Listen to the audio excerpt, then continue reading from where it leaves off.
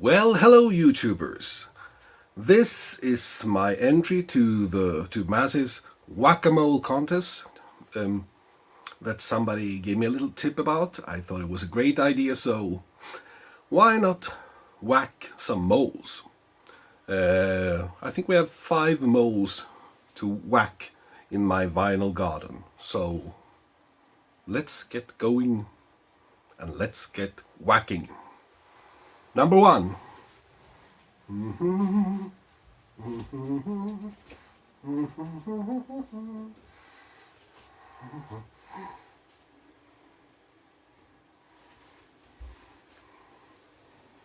The Goodies, beastly record. Well, it is of course Graydon Garden, Tim Brooke Taylor and Bill Oddie, and one of the later albums. This album is in Columbia from 1978 and contains different songs with a particular animal theme. And I recognize some of these because I've borrowed some of their ideas for some weird songs that I did together with my late chum Roger 15 to 20 years ago. One of the songs is Taking My Oyster for Walkies. And another one is Man's Best Friend is His Duck and Spank That Hamster. Yeah. Ironing my goldfish. There's a walrus in my soup. Why doesn't an elephant go tweet tweet? As you can hear, it's an album filled with British silliness, and that's a kind of silliness that I love more than anything else. Okay, that's number 1 of... Do we have any songs about moles here? I think I think Spank That Hamsters is that as close as we get to any moles. Okay. Number 2. Let's try to grab something from behind. Oopsie oopsie. Something there. What could it be? No, I just want one. I can't see. I don't want to see. Oh! Revolver. The Beatles, Revolver. Well, probably the best album of all time. And I've got several copies. I think I've got at least 3 or 4 copies of this album. This is probably the least interesting one.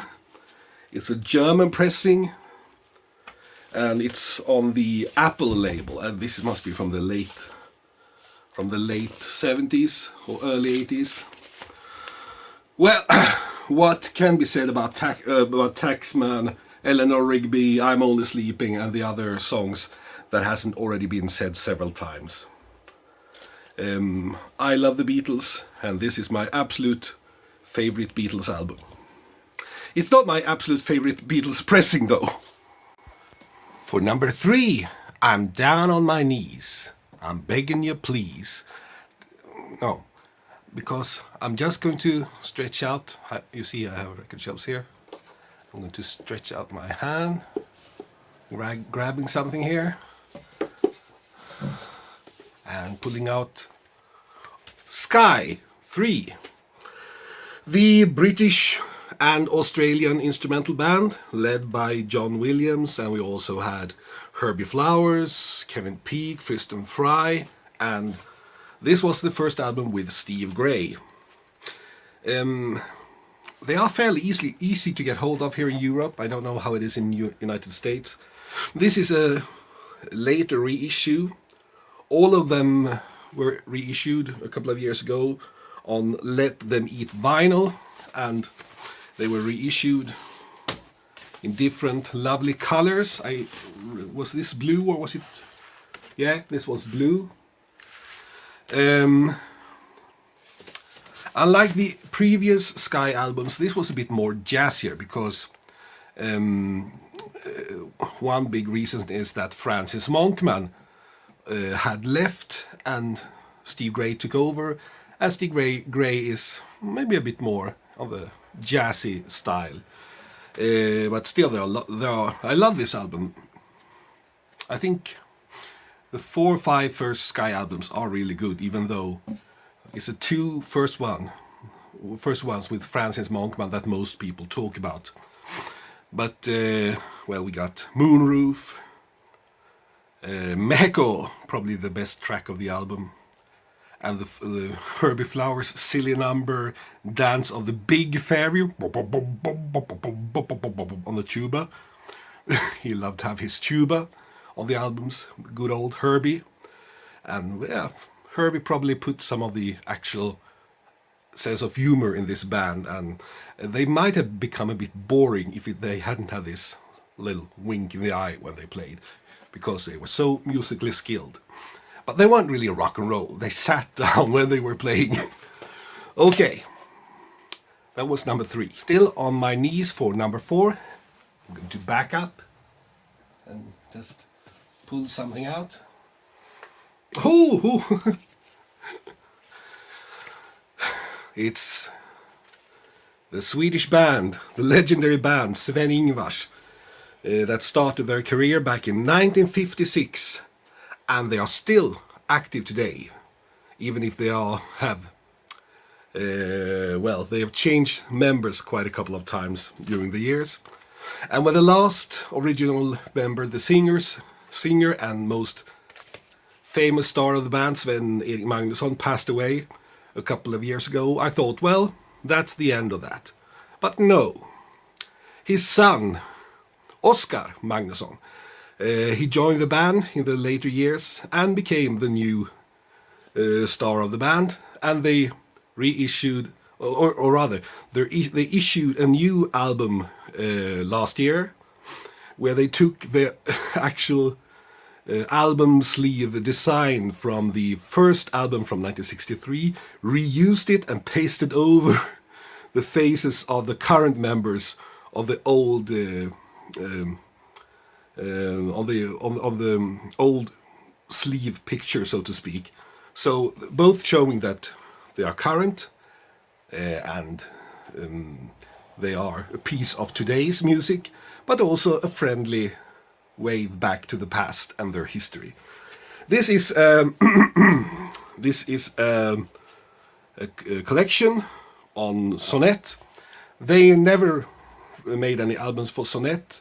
They were on Philips. Then for 2-3 years they were on the short-lived label Svensk American that was run by Larry Finnegan of Dear One fame. He had some years in Sweden when he was very active here. Those were then, after that record label's downfall, those recordings were a bit difficult to get hold of, so I guess this album was a bit of a way to get those recordings back onto the market. And this is an LP from 1979, and it contains songs from 1967 to 68. That's Sven-Ingvars in the late 60s. Very nice. And then the 5th one, no, I'm not about to look, just stretching down. Ooh, Roxy music. How nice. Well, we needed some ladies here. Roxy music, Stranded, on the Island Records label. Not really much of a big fan of Brian Ferry, but I always like the Roxy music albums. This is probably not their best one, but I like it. There are some really good songs here. Street Life, Amazona, Mother of Pearl. Yeah. Well worth having.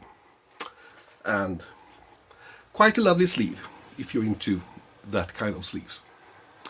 Which I am, yes. Alright, I think that's it for now. Those were my 5 whack-a-moles. We've got British Comedy, The Goodies, British Genius, The Beatles, British Instrumental, Sky 3, Swedish popular music legends, Sven-Ingvars, and Roxy music at the end. So a bit of a British mixture here mostly, but all my records are mixed. They're all standing in letter alphabetical order, so they are not divided into different genres, so to speak, different sections like American or US or jazz or heavy metal or whatever. So it was a fun thing to do. So that's all for me, and thank you for watching, and toodaloo, bye bye.